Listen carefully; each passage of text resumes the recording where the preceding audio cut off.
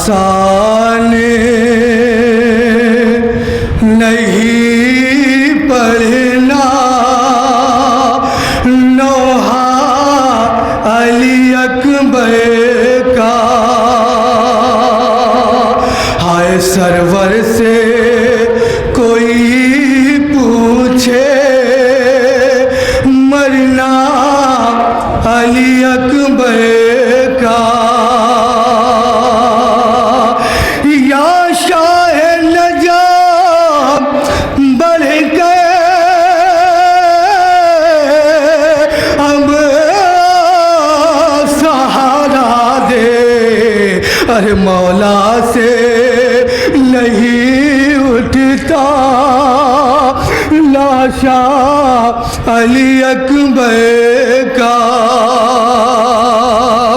مولا سے نہیں اٹھتا لاشا علی اکبر کا، لیلا نے کہا سغرا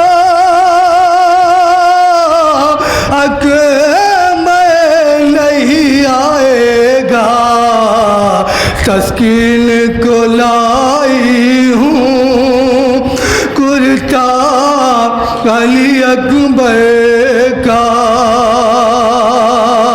تسکین کو لائی ہوں کرتا علی اکبر کا، آسان نہیں پڑھنا نوحہ علی اکبر کا۔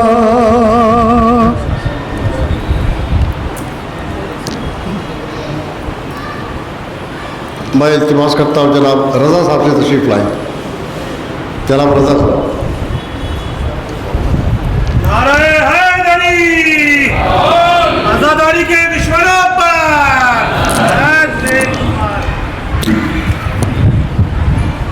ایک درود پڑھ دیں آپ۔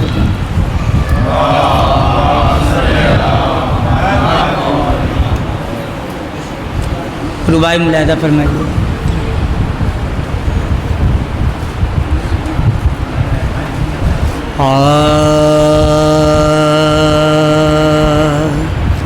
جب نام علی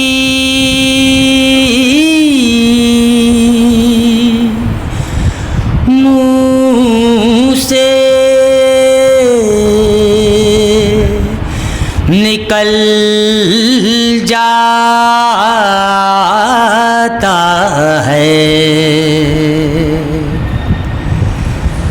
جب نام علی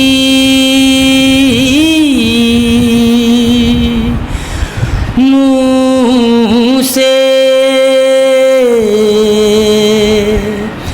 نکل جاتا ہے، گر کو ہے مصیبت ہو تو ٹل جاتا ہے، نظر فرمائیں، گر کو ہے مصیبت ہو تو ٹل جاتا ہے، کیا نام ہے، صلوات پڑھ دیں اجازت، کیا نام ہے اس نام کے صدقے ہو دبی، رے گرتا ہوا انسان سنبھل جاتا ہے، جب نام علی مولانا موصوف تشریف فرمائے. مختصر سے بس ایک بن کی مرثیہ کی رحمت ہے. فاتحہ.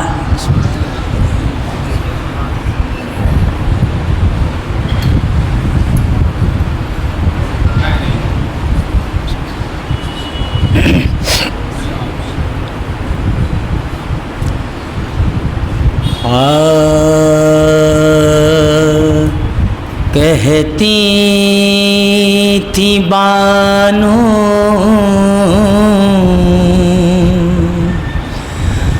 اصغر جانی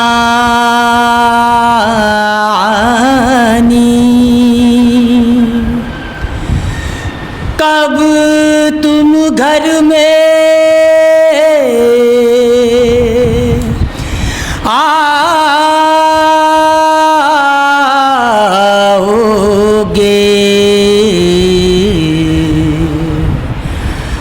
دریا پر سے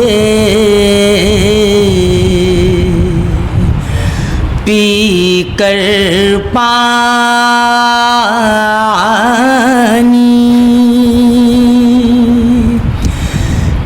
کب تم گھر میں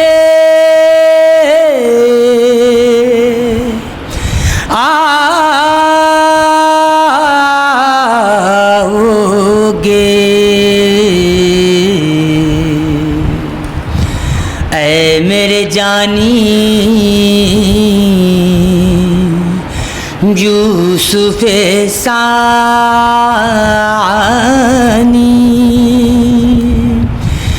کب تم گھر میں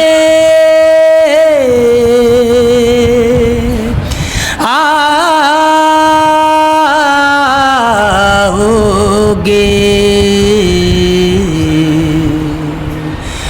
اپنی دکھانے شکل نمانی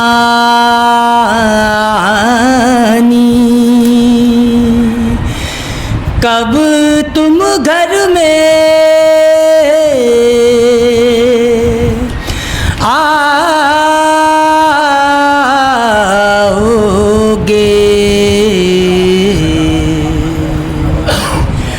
سوگ میں تیرے بیٹا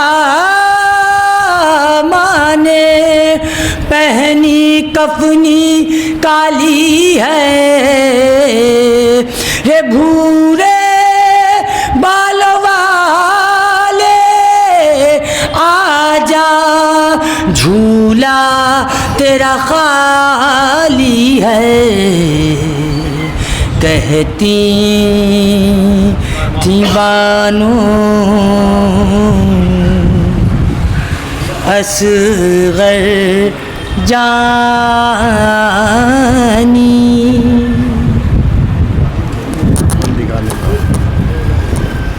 اس کے بعد بائیں معتبرہ التماس کرتا ہوں حجت الاسلام والمسلمین عالی جناب مولانا علامہ نجیب صاحب نجیب الحسن صاحب زیدی سے تشریف لائیں. مجھ سے خطاب فرمائیں. ایک باواز بلند صلوات سے آپ ان کا خیال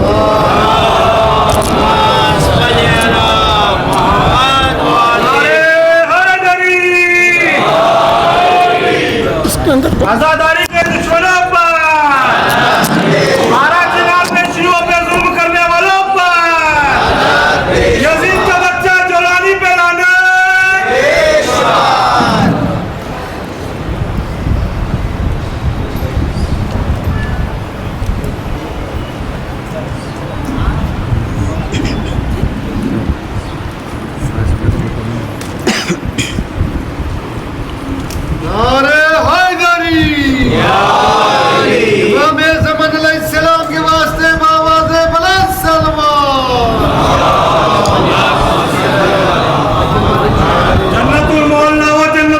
کی جلد جلد خوبصورت تعمیر ہونے کے لیے باواز بلند صلوات.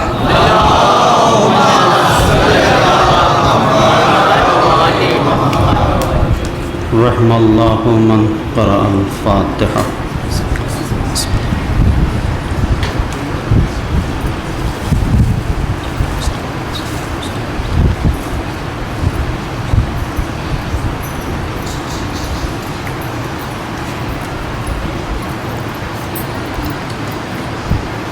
لا حول ولا قوة إلا بالله العلي العظيم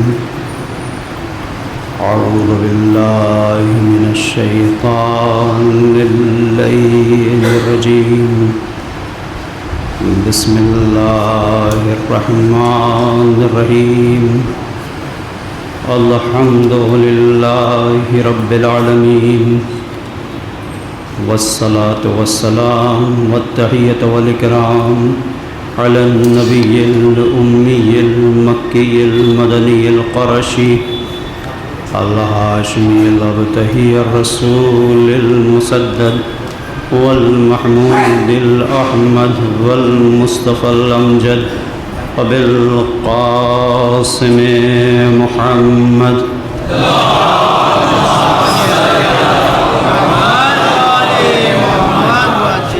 وعلى آله الطيبين الطاهرين المعصومين المظلومين لا سيما بقية الله الأعظم في الأرضين ولعنة الله على أعدائهم أجمعين من ليلنا هذا إلى قيام يوم الدين أما بعد فقد قال الله الحكيم في كتابه الكريم بسم الله الرحمن الرحيم قل إن كنتم تحبون الله فاتبعوني يحببكم الله ويغفر لكم ذنوبكم والله غفور رحيم قل أطيعوا الله والرسول فإن تولوا فإن الله لا يحب الكافرين صلوات الله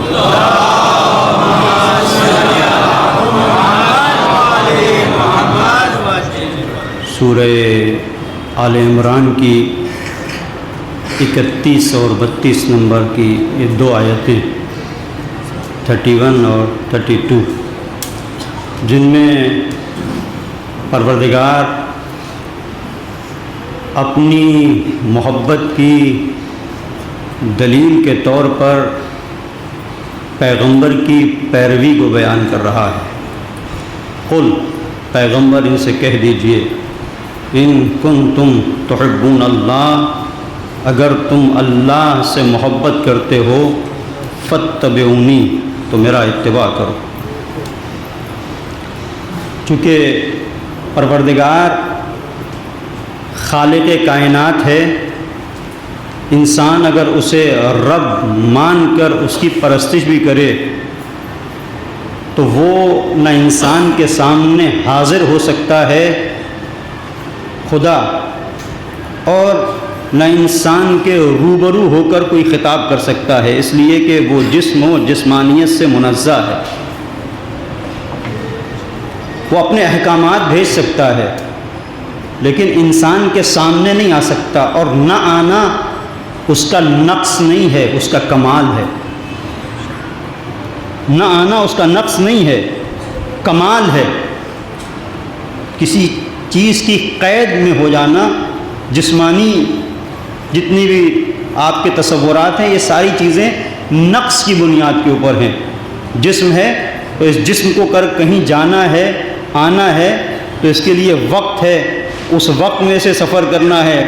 وہ ذات کردگار وہ ہے جو جسمانیت سے منزہ ہے، جو خالق ہے وقت کی، اور اس نے وقت کو پیدا کیا، تو جس نے خود وقت کو پیدا کیا وہ حصار وقت میں نہیں آ سکتی وہ ذات۔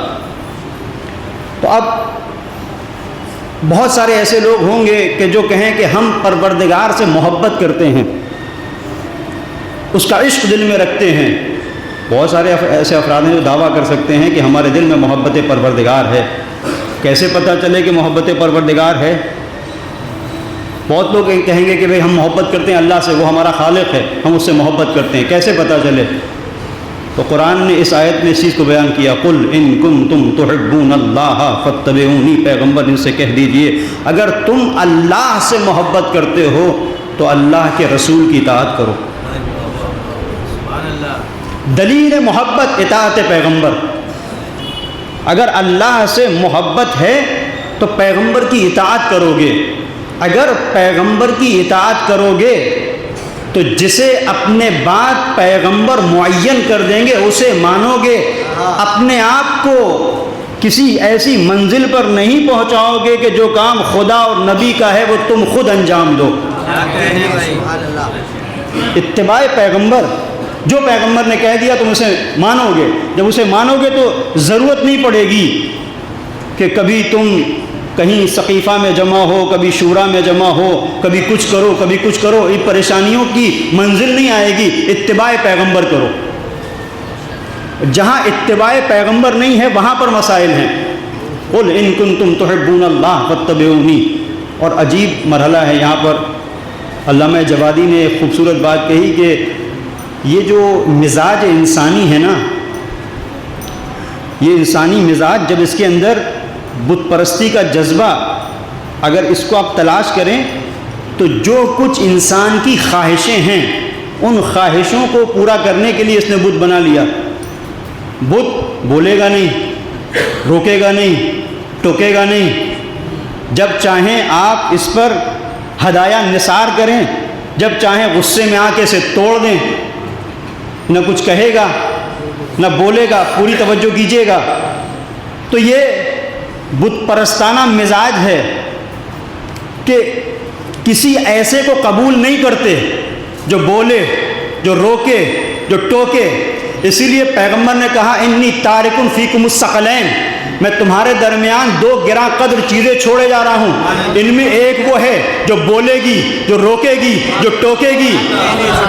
اسی لیے مسلمانوں نے کہا حسبنا کتاب اللہ، کتاب نہ بولے گی نہ روکے گی نہ ٹوکے گی۔ اب سمجھ میں آیا یہ کتاب پر ایمان کی منزل نہیں ہے، یہ اپنا الو سیدھا کرنا ہے، جو چاہو کرتے چلے جاؤ، لیکن اگر اہل بیت کو مانیں گے غلط راستے پر چلے روکیں گے۔ صلوات پڑھ دے محمد اور آل محمد پر۔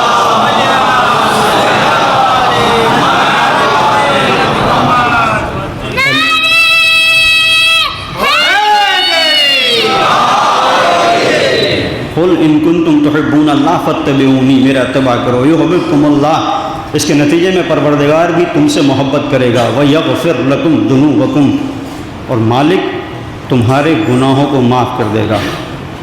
اس کے بعد کی آیت قل اطیعوا اللہ والرسول فإن تولوا، اس کے بعد کی آیت ہے پھر پیغمبر ان سے کہہ دیجئے کہ اللہ کی اطاعت کرو اور اس کے رسول کی اطاعت کرو، فإن تولوا، اگر تم نے یہ اطاعت نہیں کی، فإن اللہ لا يحب الکافرین، تو پروردگار کافروں کو پسند نہیں کرتا۔ اس کا مطلب یہ ہے جو اطاعت پیغمبر نہ کرے دنیا کی نظر میں وہ گنہگار ہے لیکن قرآن کی نظر میں کافر ہے۔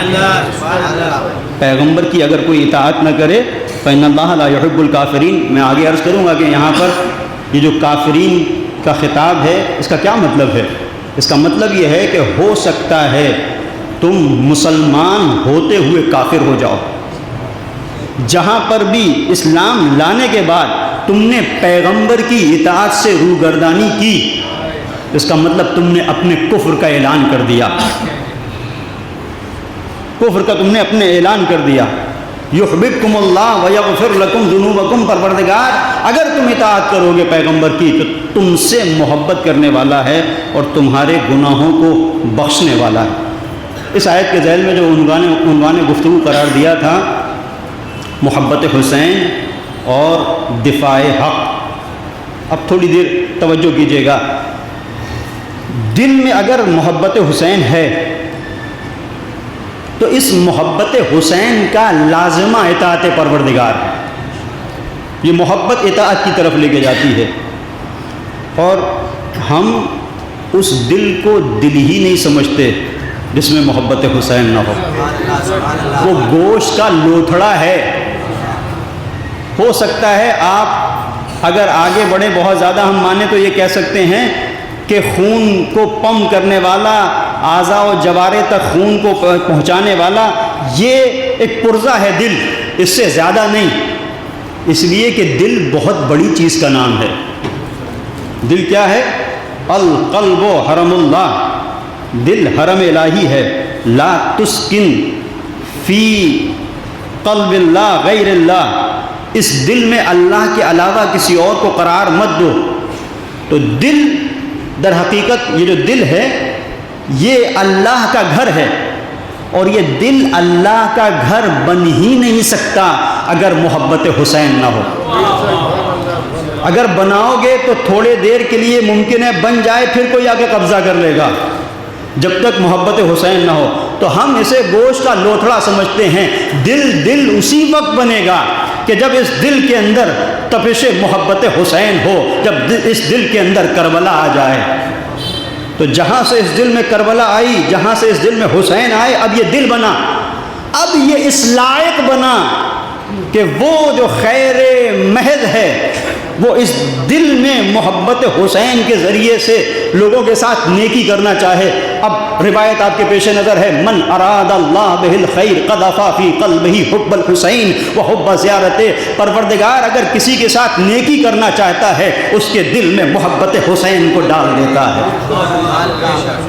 نیکی کرنے کے لیے محبت حسین کیوں ضروری ہے؟ نیکی کرنے کے لیے یوں ہی نیکی کر دے پروردگار کا. دیکھو ایک کسان جب کھیتی باڑی کرتا ہے ایسے ہی دانے نہیں پھینک دیتا اور روڈ پر نہیں پھینک دیتا، بنجر زمین پر نہیں ڈالتا، بلکہ زمین وہ ہوتی ہے جو اس لائق ہو کہ زرخیز زمین ہو، جو دانہ ڈالے امانت کے ساتھ اس دانے سے کچھ فصل دے سکے. اور اگر کوئی ایسی زمین ہو جو اپجاؤ نہیں ہو تو ہل چلاتا ہے، اپجاؤ بناتا ہے. اب پروردگار اگر یہ نیکی کے بیج ڈالنا بھی چاہے تو تم ضائع کر دو گے. محبت حسین کا ہل چلا کے اسے آمادہ کرتا ہے تاکہ انسان کے دل میں جب محبت حسین آ جائے تو اس لائق بن جائے کہ اس کے ساتھ نیکی کی جائے. صلوات پڑھ دیں محمد اور آل محمد.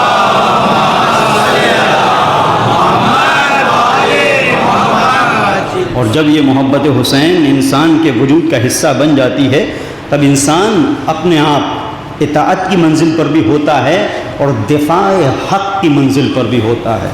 حق کا بھی دفاع کرتا ہے. اب ایک سوال بہت توجہ کیجیے گا، آج میں سطح فکری کو تھوڑا سا بلند کر رہا ہوں. کل کی گفتگو اگر آپ کے پیش نظر ہے، یہ محبت حسین اور دفاع حق، کل بھی میں نے عرض کیا تھا اس کا رابطہ کیا ہے آپس میں. انسان حقانیت کی راہ پر چلنے کے لیے محتاج ہے کہ اس کے وجود کے اندر ایک کوئی ایسی چیز پائی جائے کہ جو اسے ابھارے، وادار کرے کسی بات پر. اور اس کے لیے محبت سے بہتر کوئی جذبہ نہیں. اور محبت میں پاکیزہ ترین محبت کا نام ہے محبت حسین. اس سے پاکیزہ کوئی محبت نہیں. یہ محبت اگر معرفت کے ساتھ ہو تو انسان کے وجود کے اندر اتنی طاقت دے دیتی ہے کہ ساری دنیا کی طاقتوں سے اکیلا مقابلہ کرتا ہے. اور عجیب بات ہے، دنیا میں لوگ اپنی جب زندگی کو طے کرتے ہیں تو کہیں بچپنا ہوتا ہے، پھر جوانی آتی ہے، پھر ادھیڑ عمر آتی ہے، پھر عمر کا وہ سلسلہ ہوتا ہے جہاں انسان بوڑھا ہو جاتا ہے. لیکن کمال محبت حسین یہ ہے کہ ہمیشہ جوان رکھتی ہے، بوڑھا نہیں ہونے دیتی.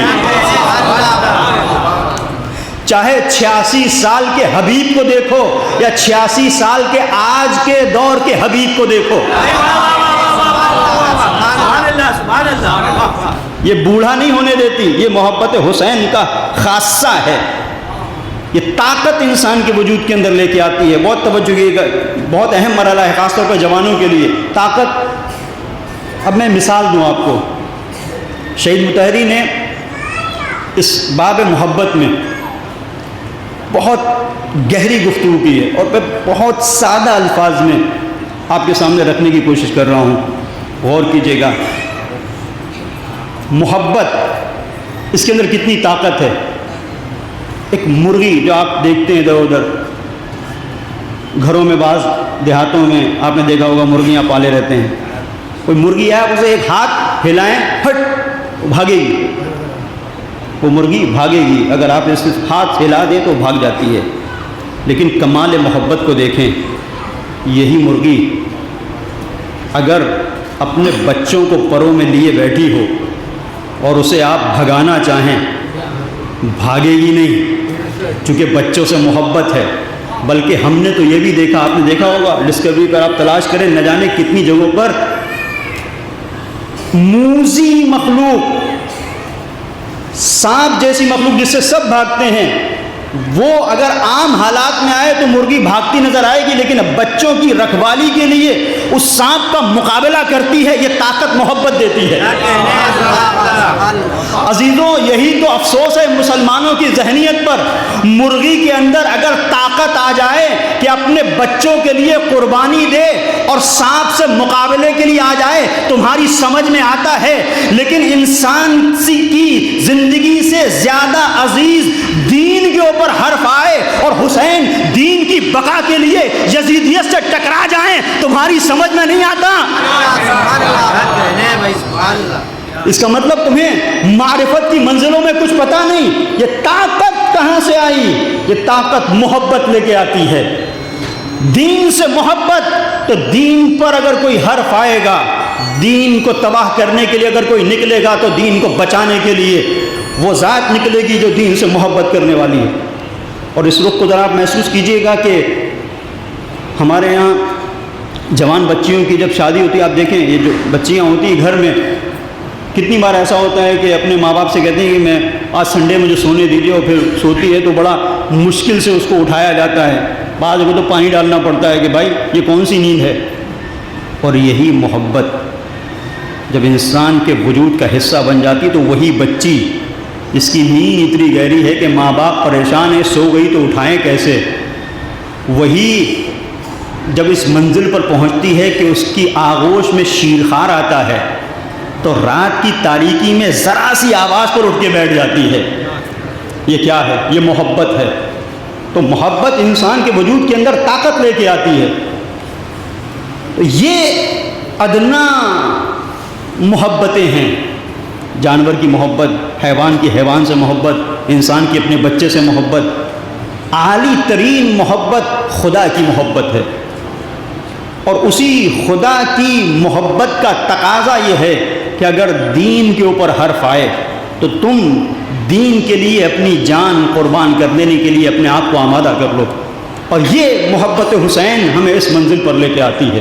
یہ محبت حسین کی منزل ہے کہ جہاں محبت حسین ہمیں بتاتی ہے کہ کس طریقے سے سب کچھ تم دین کے لیے قربان کر دو۔ اور یہ محبت اگر ہمارے وجود کا حصہ بن جائے تو ہو نہیں سکتا کہ دین میں انحراف ہوتا رہے ہم خاموش رہیں، دین تباہ ہوتا رہے ہم خاموش رہیں، قوم، سماج، معاشرے میں جو کچھ ہوتا رہے ہم کہیں ہم سے مطلب نہیں ہے۔ نہیں، اگر محبت حسین ہے تو ہر اس چیز سے مطلب ہے جو تمہیں حق کی راہ سے ہٹا دے، ہر اس چیز سے مطلب ہے۔ اس لیے کہ حسین نے ایک عظیم عشق کا شاہکار پیش کیا، ایک عظیم عشق کا شاہکار پیش کیا۔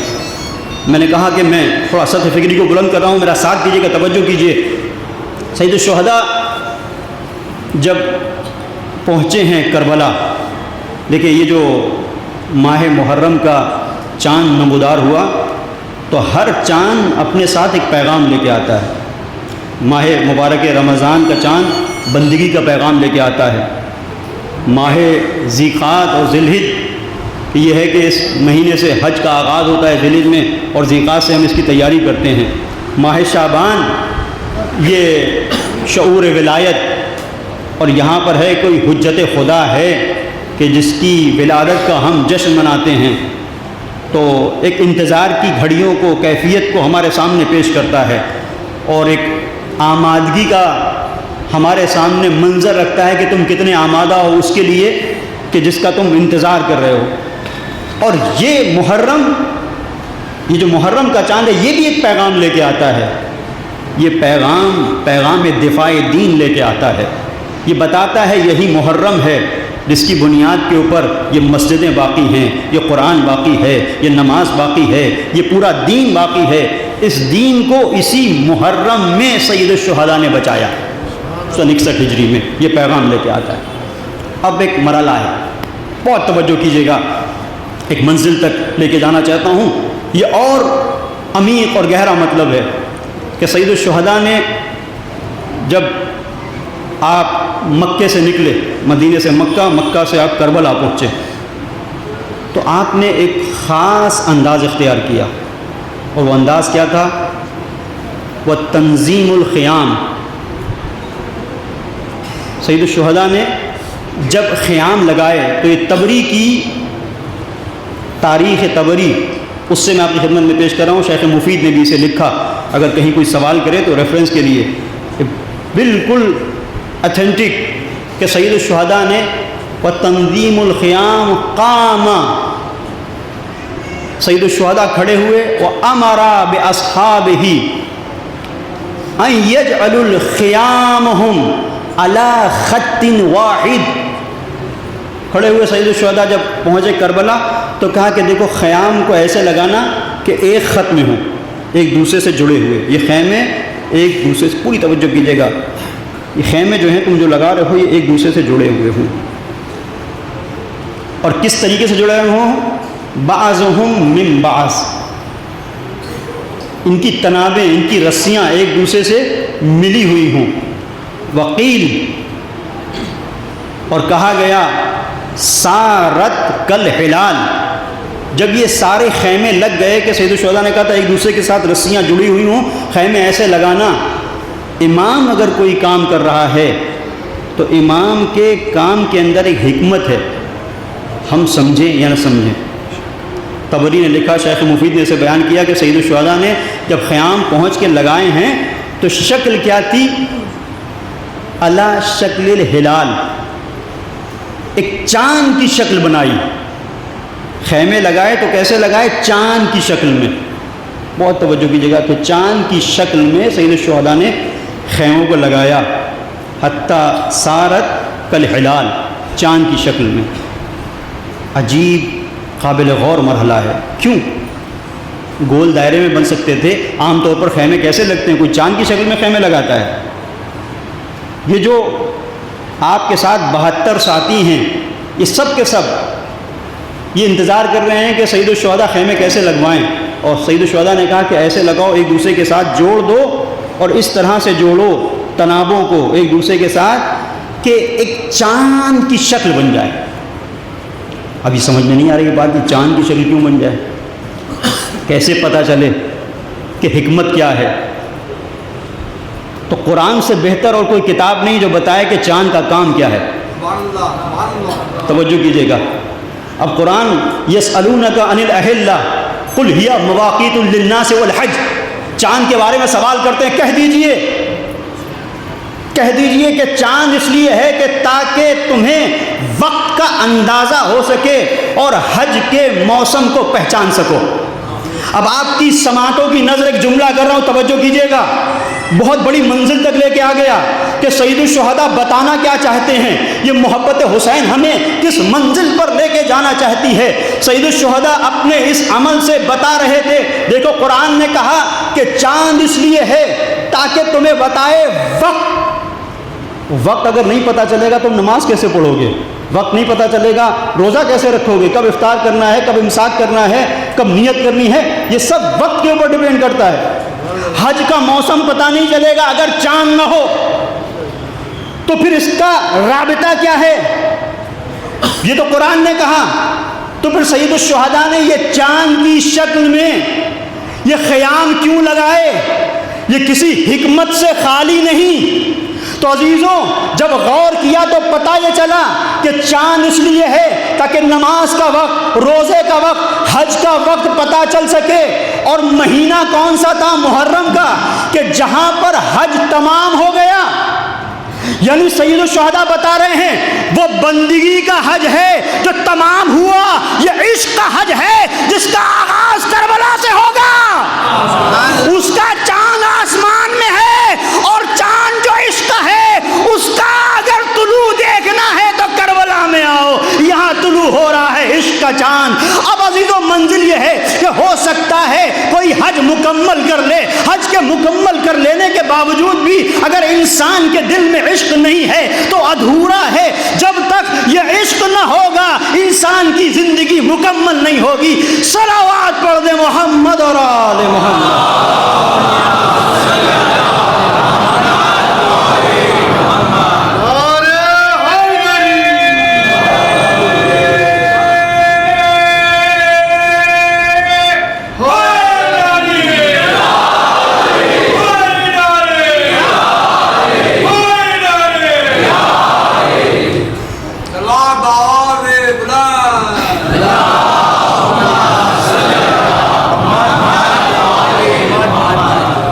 اب اسی لیے دیکھیں اگر عشق کا چاند نکلا تو اب عشق کی منزل بڑی عجیب ہے. یعنی سید الشہداء بتانا یہ چاہتے ہیں کہ عشق کا چاند اگر دیکھو تو اب کسی چاند کے اوپر مت جانا, کوئی چاند دھوکہ نہ دے. اب دیکھنا یہ کہ قمر بنی ہاشم کہاں ہے, جہاں بنی ہاشم کا چاند ہو ادھر جانا. اس کا مطلب یہ ہے کہ سید الشہداء اس منزل کو واضح کر رہے ہیں جو اتباع پیغمبر کی منزل ہے, کہ اگر تم اللہ سے محبت کرتے ہو تو میرا اتباع کرو, رسول کا اتباع کرو, اور رسول کے بعد وہ جو وارث رسول ہے اس کا اتباع کرو, تبھی پروردگار گناہوں کو معاف کرے گا. ورنہ چاہے کعبے سے چپکے رہو, چاہے قرآن کی تلاوت کرتے رہو, چاہے نماز پڑھتے رہو, یہ نماز وبال جان بن جائے گی, یہ کعبہ مصیبت کا سبب بن جائے گا. یہ کعبہ اس وقت تمہیں بچائے گا جب عشق کا سفر مکمل ہوگا جو حسین کے ساتھ ہے. اب یہ نہیں دیکھنا ہے کہ یہاں پر کیا چھوٹ رہا ہے, نہیں, تمہیں دیکھنا یہ ہے کہ حسین کے ساتھ ہو کہ نہیں. کیا کہنے بھائی, سب کچھ ہوتے ہوئے سب چھوٹ جائے گا اگر حسین چھوٹ گئے, اور سب کچھ چھوٹ کے سب مل جائے گا اگر حسین تک پہنچ گئے. دعویٰ نہیں, دلیل. شب عاشور دیکھو, حر نے اپنے عمل سے بتایا کہ میں حسین کی طرف جا رہا ہوں, سب کچھ چھوڑ کے جا کے بتا رہا ہوں. سب کچھ چھوٹنے کے بعد بھی سب کچھ مل گیا, اس لیے کہ حسین مل گئے. صلوات پڑھ دے محمد اور آل محمد.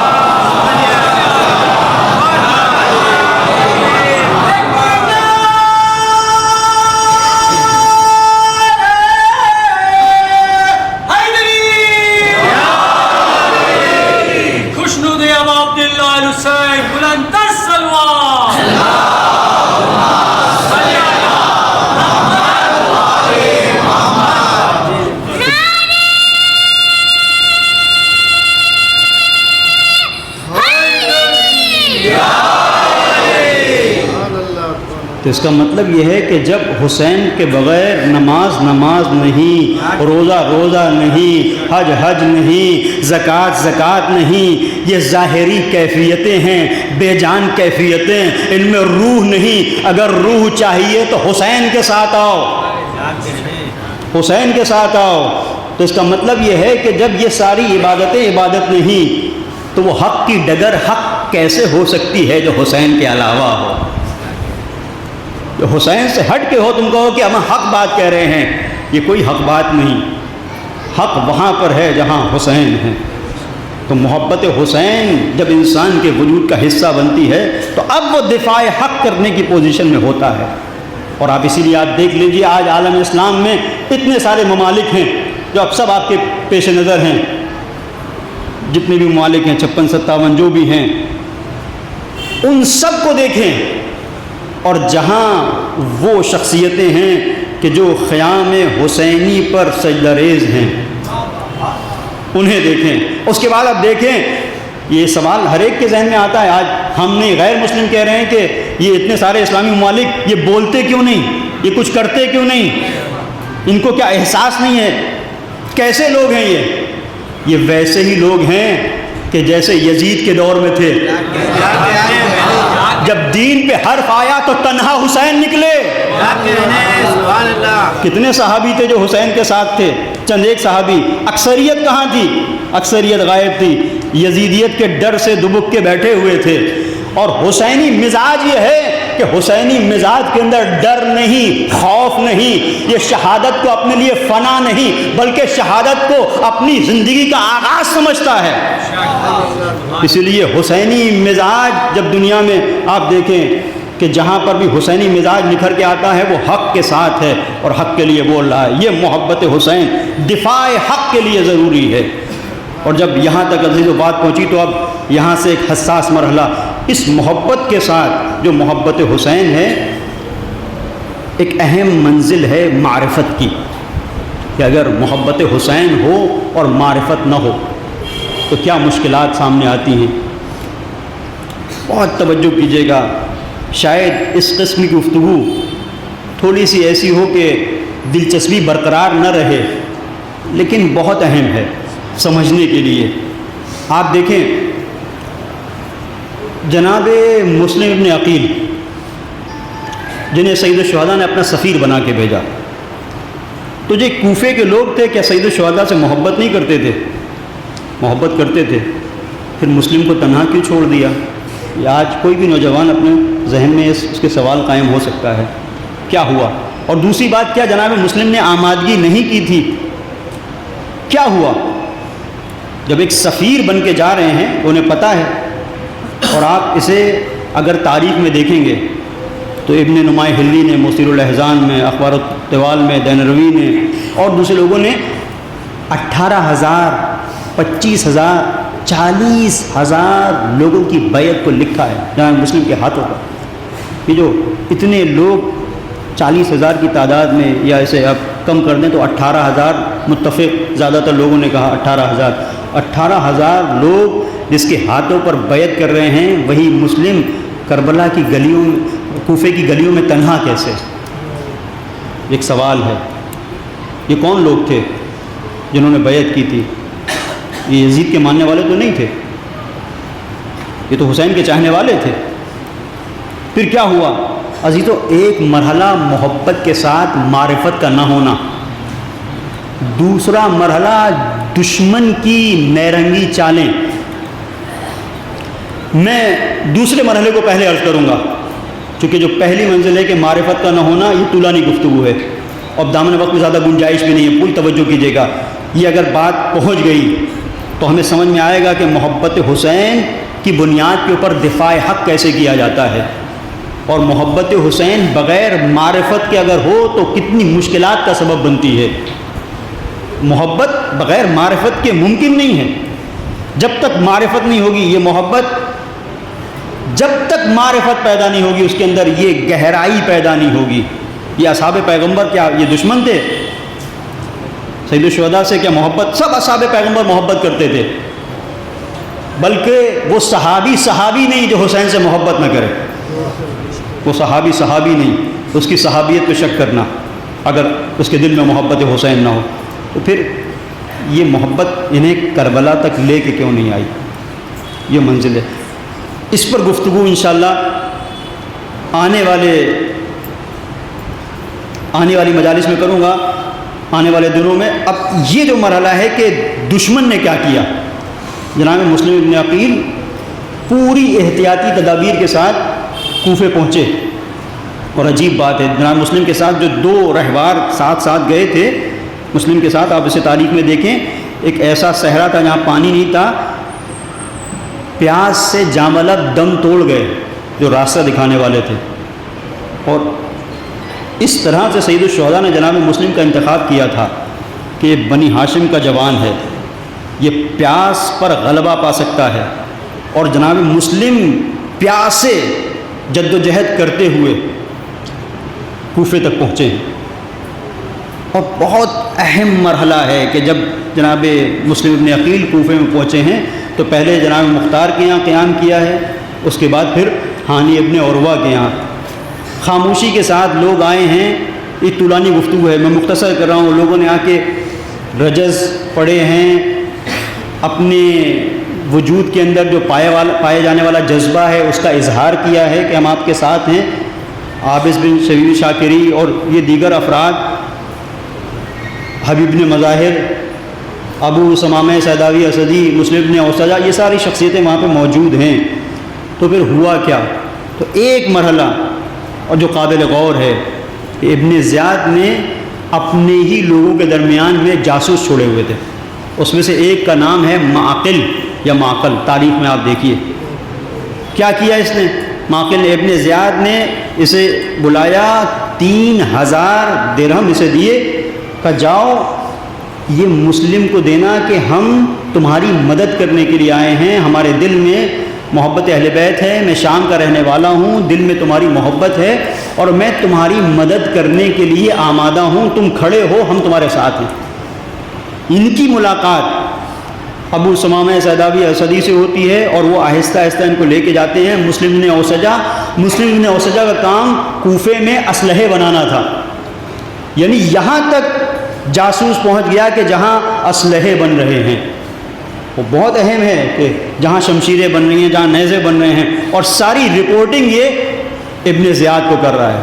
تو عزیزوں، یہ تاریخ کا وہ مرحلہ ہے جو ہمیں بتاتا ہے کہ محبت ہو، لیکن با معرفت محبت ہو، کہ جہاں پر یہ اپنے لوگ تھے، ابو ثمامہ سیداوی اسدی، مسلم بن اوسجہ، یہ اپنے لوگ تھے، اور ایسا بھی نہیں تھا کہ یہ ذہین نہ ہوں، بڑی فراست کے حامل تھے، لیکن دشمن نے کس طرح سے چال چلی کہ اپنے آپ کو پیش کیا کہ یہ ہم مدد کرنے کے لیے آپ کو، آپ کی تحریک، آپ کے موومنٹ میں مدد کرنے کے لیے پیسہ دے رہے ہیں۔ اس کا مطلب یہ ہے کہ سن 60 ہجری کا کوفہ آج شیعوں تمہیں پکار رہا ہے۔ اگر کہیں دیکھو کہ کوئی بے سر پیر کی مدد کہیں پر کر رہا ہے، مسلسل پیسے لٹا رہا ہے، تو سمجھ لینا، ایک بار غور کر لینا، کہیں ایسا تو نہیں اس کے پیچھے کوئی معقل چھپا بیٹھا ہو، اس کے پیچھے کوئی معقل چھپا بیٹھا ہو، اس پر غور کر لینا۔ ہر ایک آواز کے ساتھ مت چل پڑنا، ورنہ مسلم مظلومیت کے ساتھ شہید کیے جائیں گے۔ میں نے ایک بات آپ کی خدمت میں عرض کر دی، دوسری معرفت کی کل عرض کروں گا۔ آپ جناب مسلم کے سلسلے سے تھوڑا سا توجہ کیجیے گا، یہ معمولی شخصیت نہیں ہے۔ قد بعث الیکم اخی وابن عمی وثقتی مسلم بن عقیل۔ سید الشہداء فرماتے ہیں، جب جناب مسلم کو بھیج رہے ہیں، یہ تعبیریں دیکھیں بہت خوبصورت ہیں، کہ میں تمہارے درمیان اپنے بھائی، چچا زاد بھائی، اپنے مورد اعتماد، بھروسے مند مسلم ابن عقیل کو بھیج رہا ہوں۔ اور یہ کون ہے مسلم ابن عقیل؟ ولادت سے پہلے جن پر پیغمبر نے گریہ کیا ہے،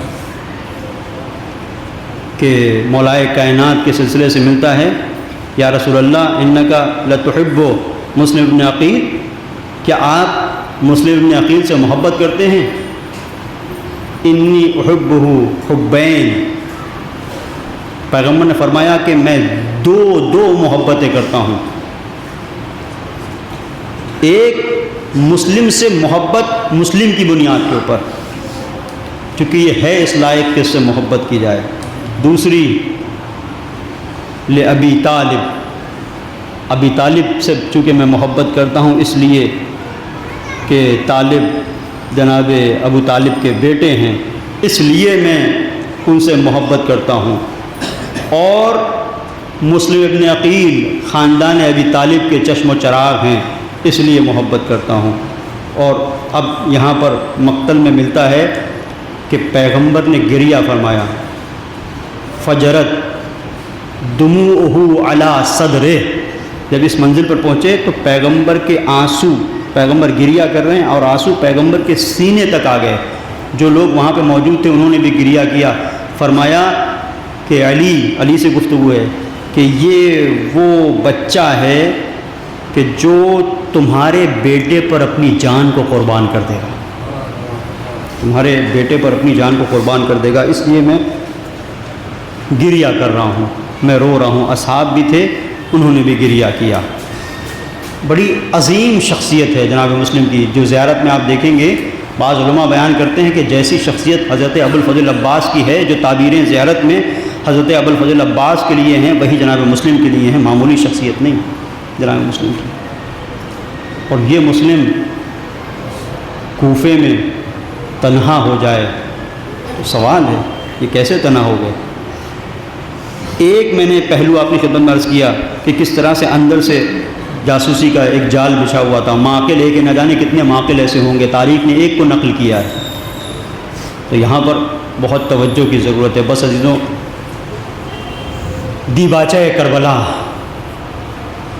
نصاب کربلا کا مقدمہ، ہراول دستہ کہ جو مسلم کی شکل میں کوفے میں ہے، جس کے لیے روایت میں کہا جاتا ہے کہ اول من صلب جثتہ، سب سے پہلا وہ شہید کہ جس کا سر کاٹ کے اس کے بدن کو زمین پر پھینکا گیا، بنی ہاشم میں جناب مسلم ہے، اور پہلا شہید کہ جس کا سر کاٹ کے شام کی طرف بھیجا گیا وہ جناب مسلم۔ جس کے ہاتھوں پر 18,000 کی تعداد میں لوگوں نے بیعت کی ہو. ایک منزل وہ آئی کہ جب وہ نماز پڑھنے کے لیے مسجد میں گیا تو صرف 30 لوگ، اور نماز ختم کر کے جب باب الکندہ پہ پہنچا 10 لوگ.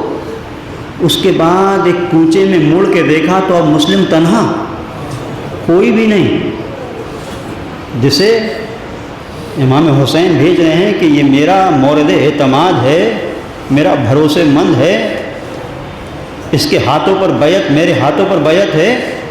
کوفے والوں نے ایسے تنہا چھوڑ دیا. اب عزیزو ایک حساس جملہ آپ کی خدمت میں پیش کر رہا ہوں. کبھی ذہن میں جوانوں کے میرے بھی آتا تھا کہ مسلم کسی جگہ مخفی ہو گئے ہوتے، چھپ گئے ہوتے، تو ایک تو یہ غیرت ہاشمی اس نے گوارا نہیں کیا کہ ہانی ابن عروہ کے گھر دوبارہ جائیں کہ دشمن کی نظر پر ہے، اور مسلسل سپاہی وہاں پہ پہرا دے رہے ہیں، اور خود بھی نہیں چاہا کہ کسی شیعہ کے لیے مصیبت کا سبب بنے. تو یہ کوچوں میں کیسے، کبھی اس کوچے میں، کبھی اس گلی میں، کبھی اس گلی میں. عزیزوں آپ نے دیکھا ہوگا جب آپ کہیں جاتے ہیں اور آپ کا میزبان آپ کو لینے آئے، کسی غیر شہر میں ہیں، دوسری جگہ پہ آپ گئے ہیں، اس کو آپ جانتے نہیں ہیں، تو جب میزبان آپ کو لینے آتا ہے تو آپ کسی گلی پر، کسی کوچے پر علامت نہیں لگاتے، نشان نہیں لگاتے، دیکھتے ہوئے نہیں جاتے ہیں کہ مجھے واپس آنا ہے تو کیسے. آپ کو پتہ ہے کہ جو استقبال کے لیے آیا ہے وہی چھوڑے گا، ضرورت نہیں پڑتی. مسلم کو بھی ضرورت نہیں پڑی، اس لیے کہ جس کے ہاتھوں پر 18,000 لوگوں نے بیعت کی، کون سوچ سکتا تھا کہ اسے تنہا چھوڑ دیں گے. اب مسلم گلیوں میں کوفے کی تنہا ہیں، کبھی ادھر جاتے ہیں کبھی ادھر. پیاسے مسلم ایک منزل پر دیکھا کہ ایک کوئی خاتون گھر کے باہر ہے، چبوترے پر آ کر مسلم بیٹھ گئے، اس سے ایک مطالبہ کیا، کیا مجھے پانی مل سکتا ہے؟ پہچان گئے نا عزیزو، گریے کی آوازیں بلند ہو گئیں. پہلی محرم ہے، دوسری کی شب آ گئی. عزیزو آہستہ آہستہ حسین کا قافلہ کربلا کی طرف رواں دواں ہے. کوئی دل زینب سے پوچھے تم نے بھی چاند دیکھا؟ زینب نے بھی دیکھا، تم نے بھی دیکھا، لیلا نے بھی دیکھا، تم نے بھی دیکھا، رباب نے بھی دیکھا. لیکن بہت فرق ہے، جب زینب نے دیکھا تو منظر سامنے آ گیا، یہی وہ چاند تھا جب زہرا کا چمن اجڑ گیا. تو مسلم پہنچے اور مسلم نے ایک پانی کا مطالبہ کیا، کوزے میں پانی کو لا کے دیا. جناب مسلم نے بیٹھ کے پانی پیا، کوزہ حوالے کر دیا، پھر بیٹھ گئے. توا کی آواز گونجی، جس کے سلسلے سے ایک بزرگ عالم نے اس چیز کو بیان کیا، بڑا بامعرفت جملہ ہے. کہتے ہیں کہ پورے کوفے میں اکیلی ذات جو مردانگی کے ساتھ مسلم کے ساتھ ڈٹی رہی، اس کا نام ہے توا. پورے کوفے میں کوئی مرد نہیں تھا، ایک ہی مرد، اور وہ تھی وہ خاتون جو مرد بن کر کھڑی رہی، اس کا نام تھا توا. جب سب نے ساتھ چھوڑ دیا، تھوڑی دیر جناب مسلم کو بیٹھے ہوئے دیکھا، کہا کہ یا عبداللہ اخاک اللہ، اے بندے خدا، پروردگار تجھے محفوظ رکھے.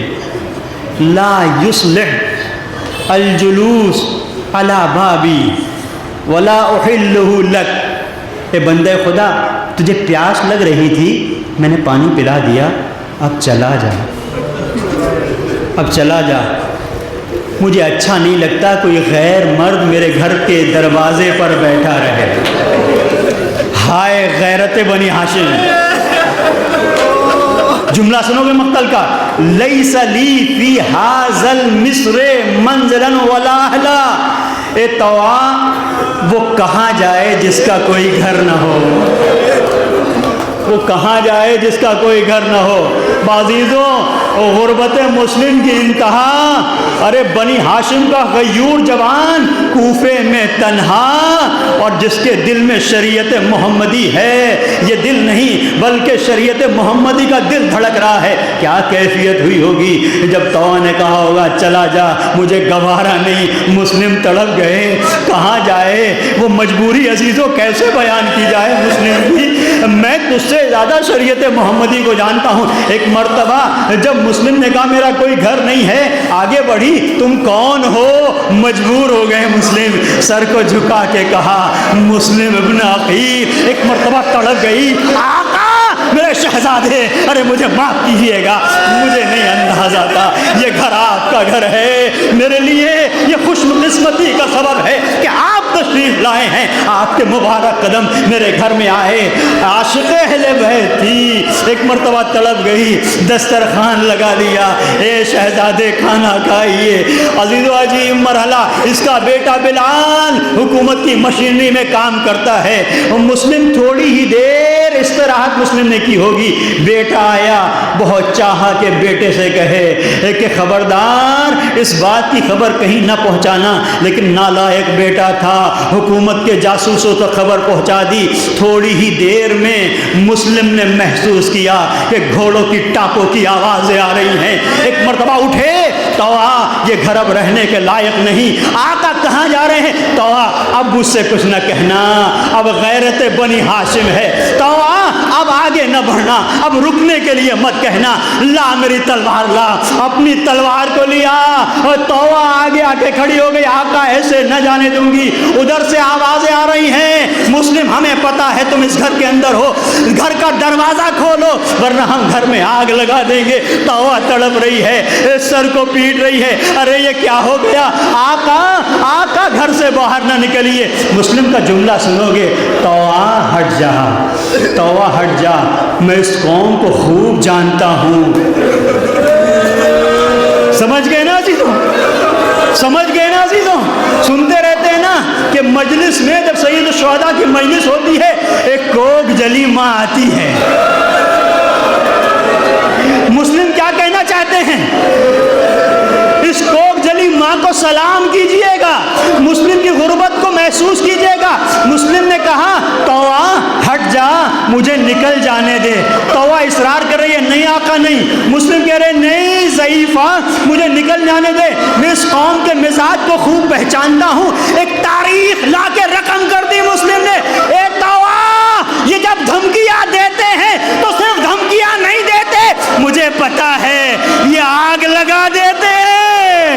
ارے میری دادی کا گھر جلا,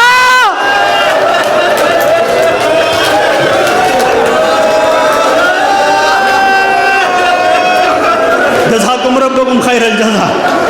خدا کسی غم میں نہ رلائے سوائے غم حسین. توآ تو کیا ہے؟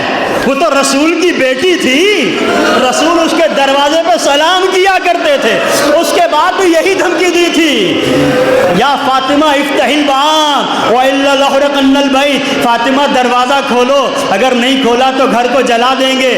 تڑپ کے فاطمہ نے کیا کہا تھا؟ اس گھر میں میرے چھوٹے چھوٹے بچے ہیں. تو جواب دیا تھا ہوا کریں, ہوا کریں. اور پھر جب دروازہ جلا تھا تو صرف جلا نہیں, ایک ظالم نے رکسا برجلہ, یہ مقتل کا جملہ ہے, رکسا برجلہ یعنی جلتے ہوئے دروازے پر ایک لات ماری. اب جو دروازہ فاطمہ کے اوپر پڑا, ایک آواز آئی, ہاکذا یفعل بحبیبتک وابنتک یا رسول اللہ. اے اللہ کے رسول, آپ کی بیٹی کے ساتھ یہ کیا سلوک کر رہے ہیں؟ مسلم نے کیا کیا؟ یہ کوفے میں مدینے کی تصویر کو رقم کر دیا. کچھ بھی کہتے تو مانتی نہیں, لہذا مسلم نے کہا مجھے پتا ہے. اور یہ کہہ کے باقی جو میں نے ختم کیا, یہ کہہ کے مسلم ایک مرتبہ تلوار کو لے کے, ابو طالب کا پوتا ہے, تلوار کو لے کے نکلا.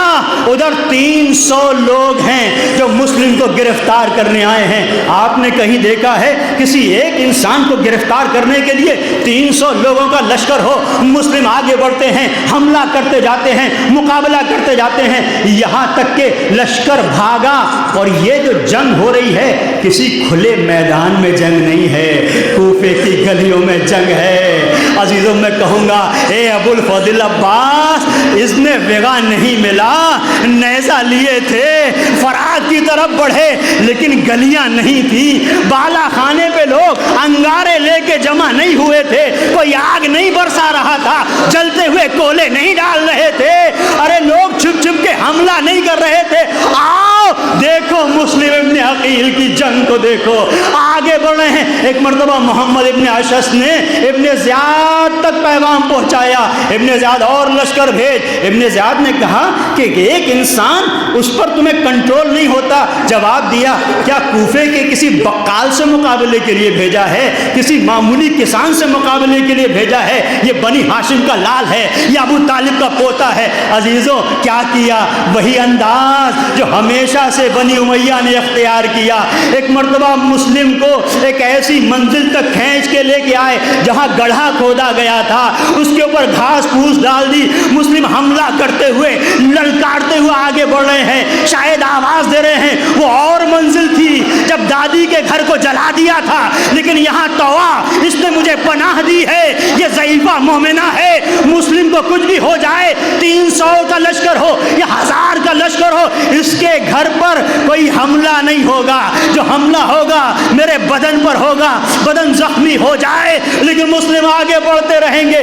کتنا آگے بڑھتے، دھوکے سے اس منزل تک لے کے آئے جہاں پر نیچے گڑھا تھا۔ تلوار چلاتے ہوئے مسلم آگے بڑھ رہے ہیں۔ ایک مرتبہ گڑھے میں ارے جیسے ہی دھسے، چاروں طرف سے گھیر لیا۔ ارے مسلم کے لبوں سے خون جاری، بدن سے خون، پیشانی سے خون۔ مجھے ایک منظر یاد آ رہا ہے، میں کہوں گا مولا عصر عاشور آپ نشیب میں تھے، چاروں طرف سے گھیرا ہوا تھا۔ وہی نشیب کا منظر کوفے میں ہے۔ ارے کوئی ڈھیلا، مولا ڈھیلے تو مار رہے تھے، پتھر تو مار رہے تھے، تلواریں تو مار رہے تھے، لیکن مولا ہمیں اتنا پتا ہے مقتل میں کہیں نہیں ملتا۔ کچھ لوگ آگ برسا رہے ہو، لیکن ہائے مسلم، ارے جس کے پاس جو کچھ ہے تو ہے، بالا خانے سے ارے منقالوں میں بھر کر انگارے پھینکے جا رہے ہیں۔ کب تک لڑتا؟ ارے گرفتار ہو گئے مسلم، لے کے چلے آئے۔ بس جو گریہ کی آوازیں بلند ہیں انہیں بلند رکھنا۔ محرم کی دوسری شب، پہلی محرم اور دیباچہ کربلا، جناب مسلم کا ماتم۔ چند جملے میں نے زحمت کو ختم کیا۔ آئے مسلم گرفتار کر کے لایا گیا، لب زخمی ہیں۔ ایک مرتبہ جناب مسلم کو پیاس کا احساس ہوا، کہا پانی لے کے آؤ۔ پانی لایا گیا، جناب مسلم نے کوزے کو لبوں سے لگانا چاہا، خون سے پانی مضاف ہو گیا، کہہ کے رکھ دیا کہ اب حوض کوثر ہی تقدیر میں مقدر ہے۔ اب ایک منزل تھی کہ جہاں وصیت کا معاملہ ہے، وصیتیں کرتے ہیں مسلم کہ میری زرہ بیچ کر، میری زرہ اور ڈھال بیچ کر 700 درہم مقروض ہو گیا ہوں، اسے ادا کر دینا۔ یہ پہلی وصیت۔ دوسری وصیت، جب مجھے قتل کر دو میری لاش کو دفنا دینا۔ تیسری وصیت، حسین تک پیغام پہنچا دو کہ حسین کربلا کی طرف، جو کوفے کی طرف روا دوا ہو، مولا اب کوفے نہ آئیے گا، کوفے کے لوگ بے وفا ہیں۔ اب ابھی تو ایک منزل، یہ ساری وصیتیں۔ اس کے بعد جناب مسلم کو لے کے چلے دارالامارہ کی طرف، دارالامارہ کی طرف۔ فصعد بے، تیزی کے ساتھ جناب مسلم چل رہے ہیں۔ یسبح و یقدس، اللہ کی تقدیس اور تسبیح جاری ہے۔ ایک مرتبہ ساتھ چلنے والے نے دیکھا کہ مسلم کی آنکھوں میں آنسو ہیں۔ عزیزوں میں نے زحمت کو ختم کیا، مسلم کی آنکھوں میں آنسو ہیں۔ مسلم کیا موت سے ڈر گئے؟ عجیب جواب دیا ہے، نہیں، کبھی بھی ابو طالب کا پوتا موت سے نہیں ڈرا۔ پھر کیا ہوا مسلم؟ کیوں رو رہے ہو؟ کہ رونا اپنے اوپر نہیں ہے، میں یہ دیکھ رہا ہوں میرا آقا ننھے ننھے بچوں کو لیے ہوئے کربلا کی۔ جزاکم ربکم خیر الجزا، خدا کسی غم میں نہ رولا ہے سوائے غم حسین۔ آخری منزل، ایک مرتبہ مسلم پہنچے دارالامارہ پہ، اور ظالم وہ تھا غلام جو مسلم سے پہلے ہی دشمنی رکھتا تھا۔ ایک مرتبہ تلوار چلی، سر قلم ہوا اور مسلم کے بدن کو کوفے کی گلیوں میں پھینک دیا۔ بس تلوار جب چلی تو ایک سلام بلند ہوا، السلام علیکہ یا ابا عبداللہ۔ آخری منزل، میں نے زحمت کو ختم کیا۔ کیا، میں کہوں گا مولا سلام کا جواب دینا واجب ہے۔ مسلم نے سلام کیا، آپ نے جواب نہ دیا، شاید حسین کہیں انتظار کرو جواب سلام بھی آئے گا۔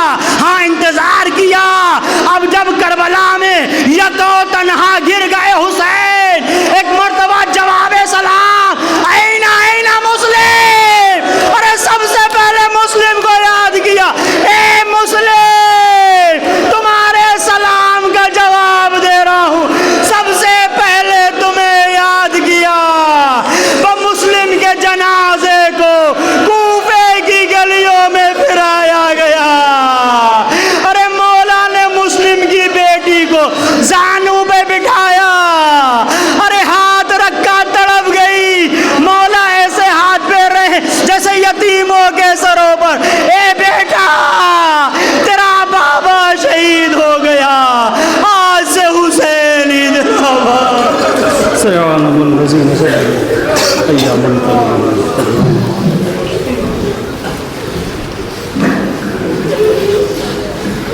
السلام علیکم یا ابا عبداللہ، السلام علیکم یا ابن رسول اللہ، السلام علیکم یا ابن امیر المؤمنین و ابن سید الوسیین، السلام علیکم یا ابن فاطمۃ الزہراء سیدۃ النساء العالمین، السلام علیکم ورحمۃ اللہ وبرکاتہ، السلام علیکم یا غریب الغرباء، السلام علیکم یا معین الضعفاء والفقراء، السلطان یا ابا الحسن یا علی ابن موسیٰ الرضا، روحی و جسمی لک الفدا ورحمۃ اللہ وبرکاتہ، السلام علیکم یا صاحب العصر والزمان، الامان الامان الامان، السلام علیکم یا شریک القرآن، السلام علیکم یا خلیفۃ الرحمن، السلام علیکم یا امام الانس والجان، عجل اللہ تعالی فرجک وسہل اللہ مخرجک وظہورک ورحمۃ اللہ وبرکاتہ۔